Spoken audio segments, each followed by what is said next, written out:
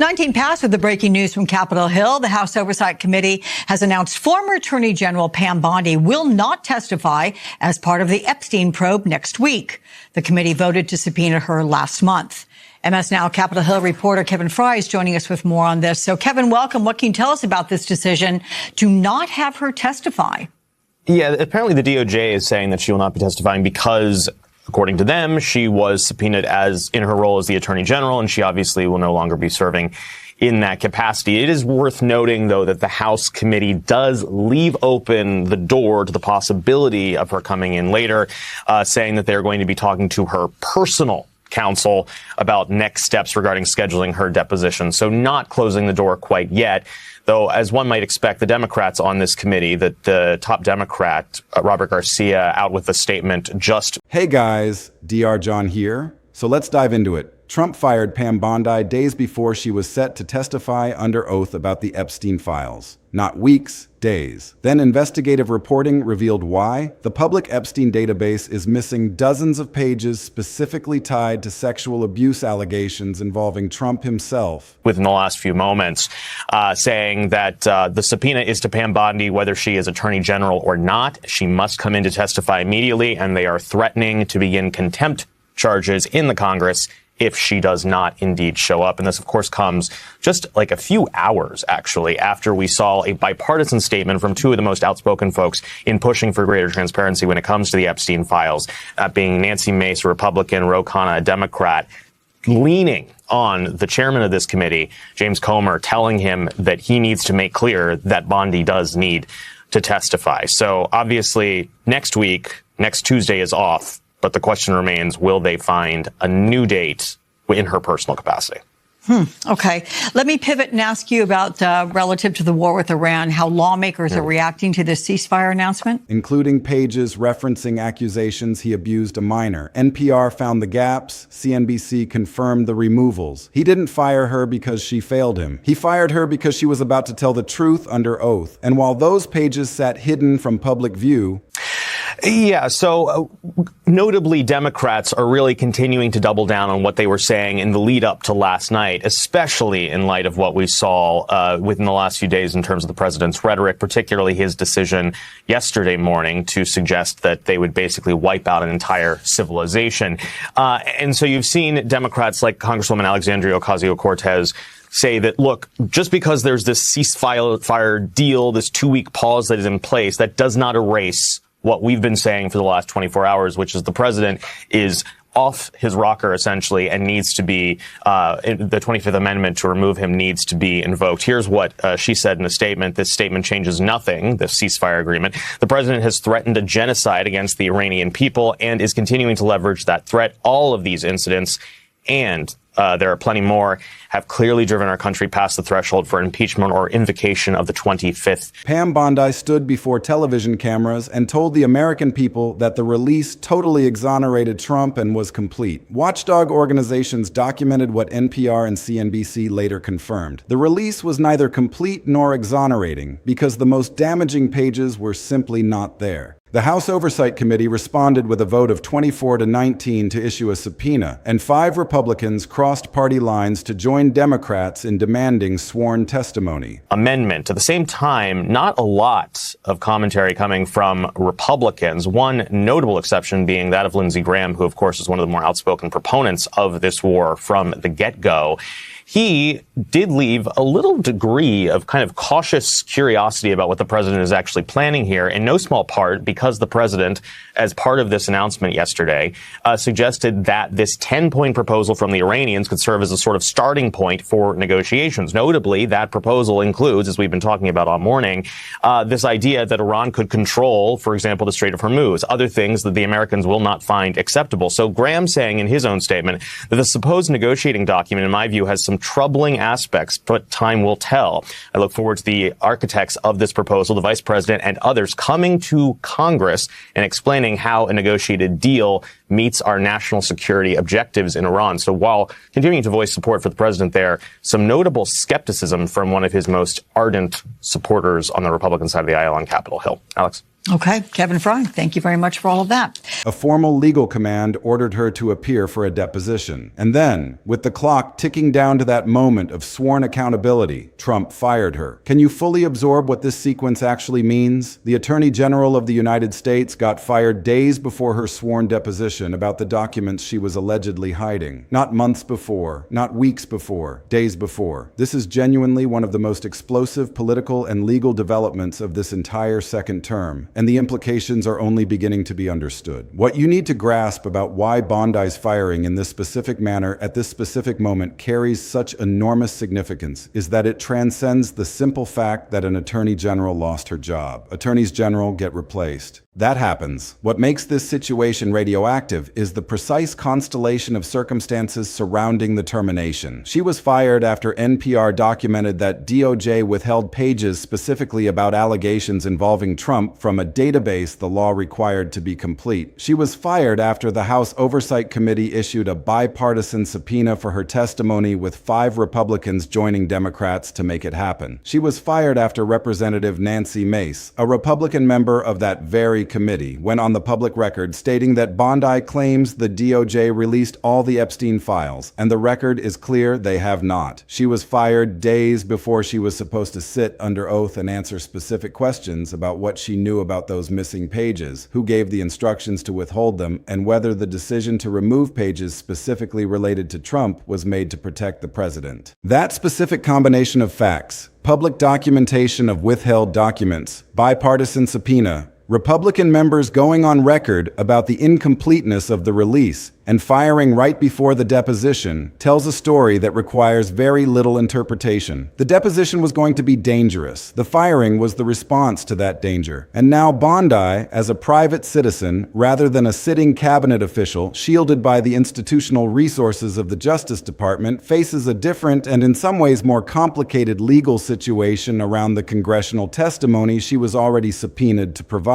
Let us examine precisely what the NPR findings actually documented, because the specific nature of what was missing from the Epstein database constitutes the most explosive single element of this entire saga. The Epstein Files Transparency Act, legislation that Trump himself signed into law with considerable public fanfare, required the release of Epstein-related records. This was bipartisan legislation carrying a specific legal mandate, not a discretionary gesture of goodwill, not a voluntary transparency initiative, a binding legal obligation. And when the database was released and independent analysts began examining its contents, NPR discovered that pages were missing, not miscellaneous documents that might have been overlooked during the administrative challenge of processing millions of files. Pages specifically related to sexual abuse accusations involving Trump. Pages about allegations that Trump sexually abused a minor. Those specific pages were gone from a database that was supposed to contain the complete legally required disclosure. And Bondi had gone on television, looked directly into cameras broadcasting to millions of Americans, and stated that the release totally exonerated Trump and was complete. Totally exonerated. Complete. When the pages specifically about abuse allegations involving him were not there. The public statement she delivered was not merely inaccurate. It was the precise opposite of accurate. She claimed completeness when the record was incomplete. She claimed exoneration when the pages that would have most directly addressed the allegations were missing from the release. And when NPR documented that gap with investigative rigor, the entire political situation surrounding the Epstein files transformed, because now it was not merely Democratic watchdogs alleging the release was incomplete. It was documented reporting from a major national news organization confirming that specific pages about specific allegations involving the sitting president were withheld or removed. That represents a fundamentally different category of accusation, carrying a fundamentally different evidentiary weight. And it was this revelation that triggered the bipartisan subpoena, which ultimately led to the firing. The bipartisan character of the subpoena vote demands careful attention because it ranks among the most significant political facts in this entire narrative. The House Oversight Committee voted 24-19 to subpoena Bondi. 5 Republicans crossed the aisle to make that happen. In a committee controlled by Republicans on a question concerning the Attorney General of a Republican president, 5 5 members of the majority party voted to compel sworn testimony from their own administration's top law enforcement official about the missing Epstein documents. Representative Nancy Mace, who is not exactly renowned for breaking with Trump on politically sensitive questions, went on record with a direct and unambiguous statement. Bondi claims DOJ released all the Epstein files. The record is clear they have not. That statement from a Republican member of the committee is devastating in context because it makes it impossible for the administration to frame the entire oversight effort as partisan Democratic opposition. When a Republican member of the Oversight Committee states that the record is clear, Bondi's claim about the completeness of the Epstein release was false, that is not partisan politics. That is a member of the president's own party declaring that a senior administration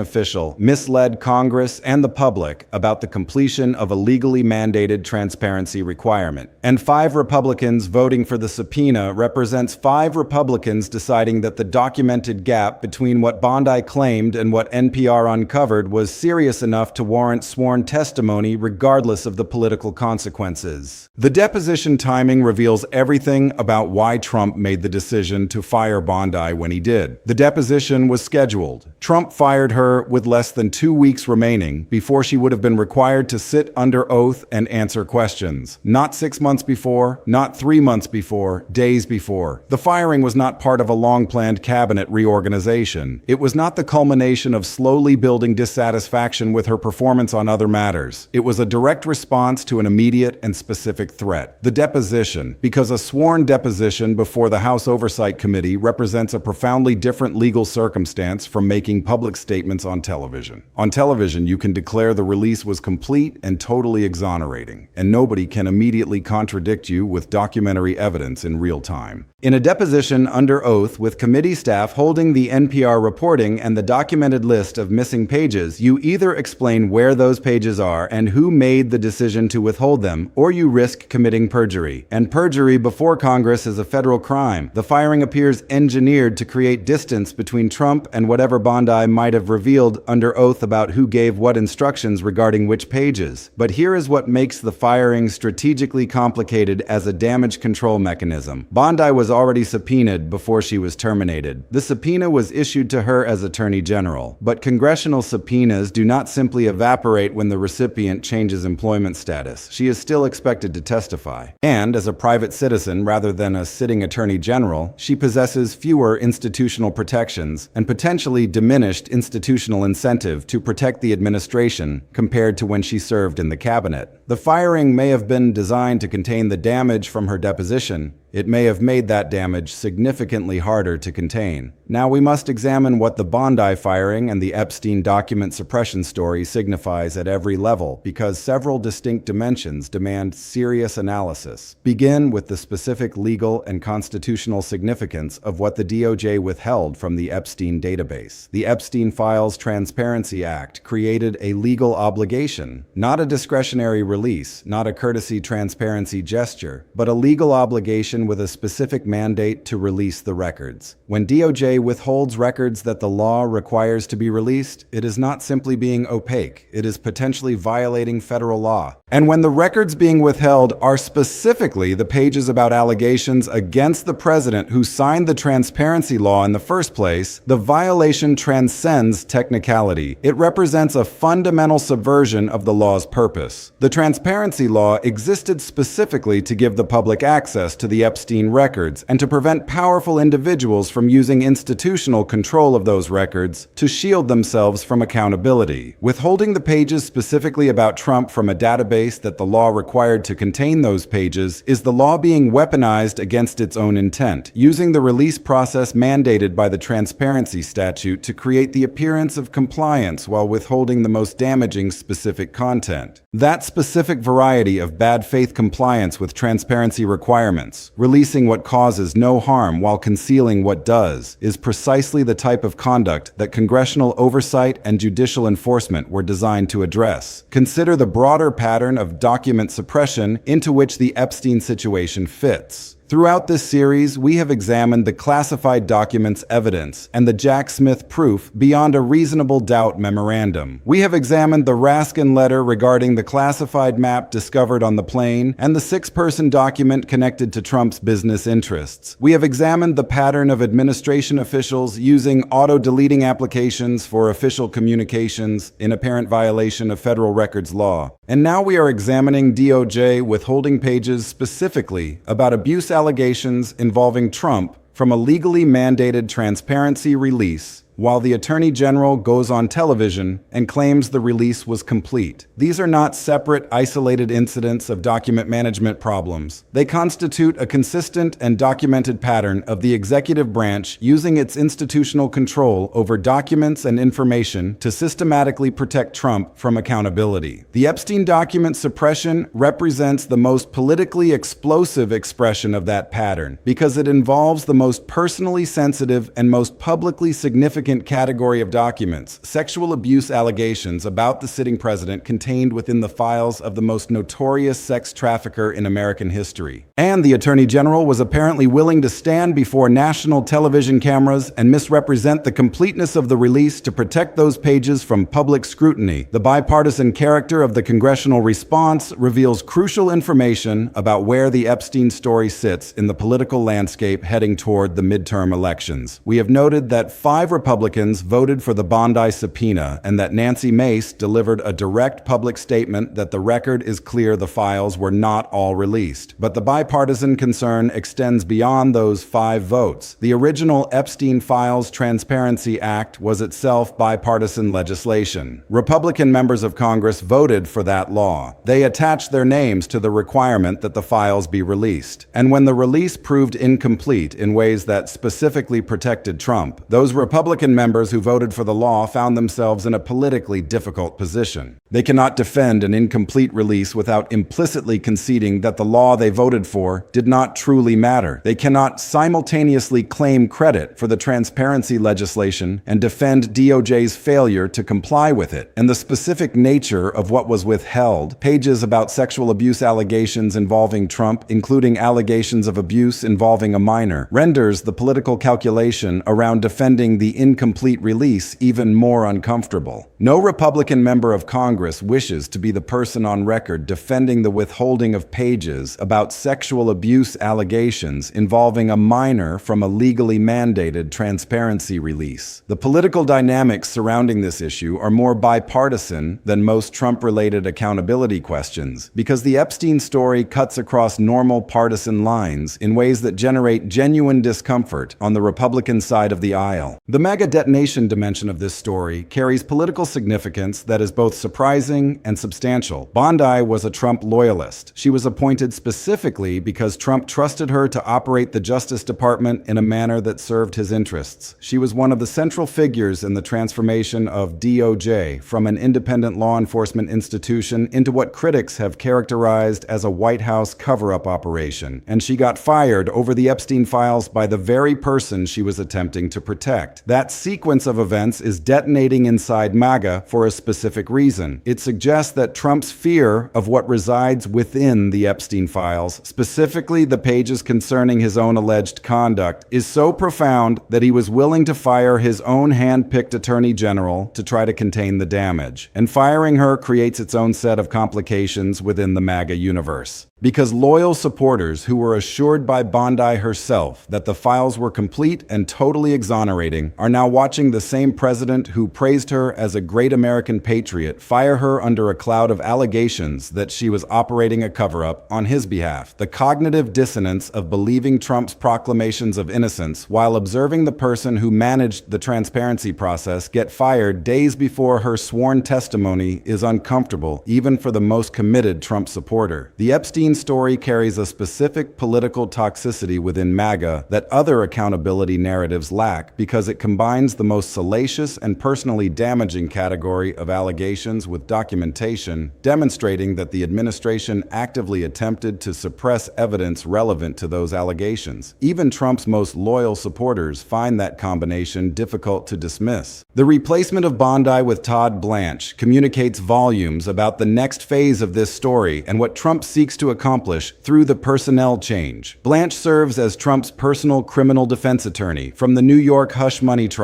He is arguably the individual with the most direct insight into Trump's personal legal vulnerabilities of anyone in Trump's orbit. Installing Blanche at the helm of the Justice Department constitutes a statement about what Trump views as the most important function of the Attorney General position at this moment. Not law enforcement, not judicial policy, not institutional management, personal legal protection. The person now running the Justice Department is the person who was most recently seated at Trump's side in a criminal courtroom managing his personal criminal defense. That personnel choice itself serves as a document about what the administration expects the Justice Department to be doing in the coming months. And for the Epstein file situation specifically, replacing Bondi with Blanche does not resolve the problem of the missing pages. The subpoena for Bondi's testimony remains in effect regardless of her job title. The NPR documentation of the withheld pages remains in the public record. The bipartisan oversight pressure continues building, and the specific pages about abuse allegations involving Trump remain absent from the database. Blanche can manage the DOJ side of the response moving forward, but he cannot make the documented gap between the legally required release and the actual release disappear. And he cannot prevent Bondi from eventually being deposed about what she knew and what instructions she received. Here are the specific takeaways from the Bondi firing and the Epstein document suppression story that deserve direct articulation. The firing of Bondi mere days before her sworn deposition represents the single most politically revealing act in this entire narrative because of what it implicitly acknowledges about the danger her testimony represented. You do not fire your own attorney general days before her congressional deposition concerning a document scandal unless you believe that deposition poses a serious threat. The timing constitutes the tell. If the Epstein document situation were manageable, if the missing pages story were explainable in a manner that would not prove damaging under sworn questioning, the deposition would not justify the political cost of firing the attorney general to avoid it. The firing itself serves as an implicit acknowledgement that the sworn testimony was going to be too dangerous to permit, and that implicit acknowledgement now forms part of the public record in a way that no amount of great American patriot praise can fully obscure. Every reporter, every congressional investigator, every opposition researcher, every voter paying attention to this story can perceive the sequence. Missing pages documented, bipartisan subpoena issued, deposition scheduled, attorney general fired days before deposition. The sequence articulates itself. The bipartisan nature of the subpoena vote and the specific Republican members who voted for it creates a political dynamic around the Epstein document suppression that is substantially harder for the administration to manage than purely partisan oversight. Nancy Mace, placing on record that the record is clear, the files were not all released, is a statement that can be quoted against the administration's complete release narrative without being dismissible as partisan politics. 5 Republican votes for the subpoena means the oversight effort possesses legitimacy that transcends party lines. And the political implications of defending an incomplete release of pages, specifically concerning sexual abuse allegations involving a minor, are politically toxic in ways that render Republican members less willing to stand behind the administration on this specific question than on most other Trump accountability issues. The bipartisan character of the oversight pressure constitutes one of the reasons this story detonated inside MAGA with such force. It cannot be entirely framed as Democratic persecution when Republican members are articulating the same concerns about missing pages and incomplete releases. Bondi's legal situation as a private citizen subject to a congressional subpoena differs fundamentally from her situation as a sitting attorney general and may prove more dangerous for the administration's ability to maintain control of the narrative surrounding the missing pages. As Attorney General, she possessed institutional resources, government lawyers, executive privilege claims, and the full backing of the Justice Department's legal apparatus to manage her congressional testimony. As a private citizen, she has her own personal legal counsel, her own personal legal exposure, and potentially considerably less institutional incentive to protect an administration that just terminated her. Former cabinet officials no longer shielded by their institutional positions have historically proven more forthcoming in congressional testimony than sitting officials. And Bondi now understands that Trump sacrificed her to attempt to contain the damage from the Epstein files. Whatever loyalty she felt toward him as his attorney general must now be weighed against the reality that he fired her to avoid the consequences of what she might have been compelled to reveal under oath. That change dynamic will shape how she approaches the deposition that remains scheduled and the testimony she ultimately provides about what she knew and who directed what regarding those missing pages. The replacement of Bondi with Blanche signals that Trump views the Justice Department primarily as a personal legal protection instrument rather than an independent law enforcement institution. And that signal carries profound implications for every ongoing investigation and accountability proceeding that touches Trump or his administration. A president who appoints his personal criminal defense attorney as attorney general is a president who has decided that the boundaries between personal legal defense and institutional law enforcement no longer require maintenance. That decision produces consequences extending far beyond the Epstein files. It affects how the department handles the ongoing classified documents evidentiary record, how it handles the contempt proceedings, how it handles the oversight demands from congressional investigators. The appointment of Blanche constitutes a statement that the Justice Department will be operated as Trump's personal legal shield across all these fronts simultaneously. And that statement itself represents a political liability in ways that will manifest in the midterm political environment as voters evaluate what it signifies to have the nation's chief law enforcement officer be the individual who was literally seated at Trump's side in a criminal courtroom managing his personal defense. What should be watched most carefully moving forward? Monitor whether Bondi honors the congressional subpoena and what she states under oath when she appears. Her deposition represents the most consequential near-term event in this entire story. The content of her testimony could fundamentally alter what the public and Congress understand about who made the decisions to withhold the missing pages. Monitor whether the missing pages ever actually emerge and what they contain when they do. The pages exist somewhere. They were cataloged. They formed part of the database before removal or withholding. Through legal process or congressional pressure or internal disclosure, they will emerge. And what they reveal about Trump specifically constitutes the question the entire suppression effort was apparently designed to prevent being answered publicly. Monitor whether the bipartisan concern about the Epstein document suppression generates additional Republican defections on oversight votes. 5 Republicans cross the aisle for the subpoena. Each additional Republican who joins the oversight effort renders the administration's position more difficult to defend. And monitor how Blanche manages the Epstein file situation from his new position as Attorney General, given his deep personal familiarity with Trump's legal vulnerabilities and the impossible conflict of interest his appointment creates. Here is the fundamental reality. The Attorney General of the United States was fired days before her sworn deposition about the missing Epstein pages. Those pages specifically contain allegations about Trump, including allegations of sexual abuse involving a minor. They were withheld from a legally mandated transparency release while Bondi informed the American public on television that the release was complete and totally exonerating. A bipartisan subpoena with 5 Republican votes documented that claim as false, and Trump fired her days before she was scheduled to sit under oath and explain what occurred. The cover-up characterization is now supported by a documented sequence of events that renders that description extremely difficult to contest. The Epstein story is not disappearing. The missing pages will not remain missing forever. Bondi's deposition is still approaching, even though she no longer possesses the Attorney General title as shelter. And the MAGA detonation from witnessing the great American patriot get fired over the Epstein files she was supposedly managing properly will reverberate through the political environment in ways that are only beginning to manifest. When Bondi finally sits down for that deposition and must answer under oath about who instructed her regarding those missing pages, the answers will matter more than almost anything else that has occurred in this entire accountability narrative.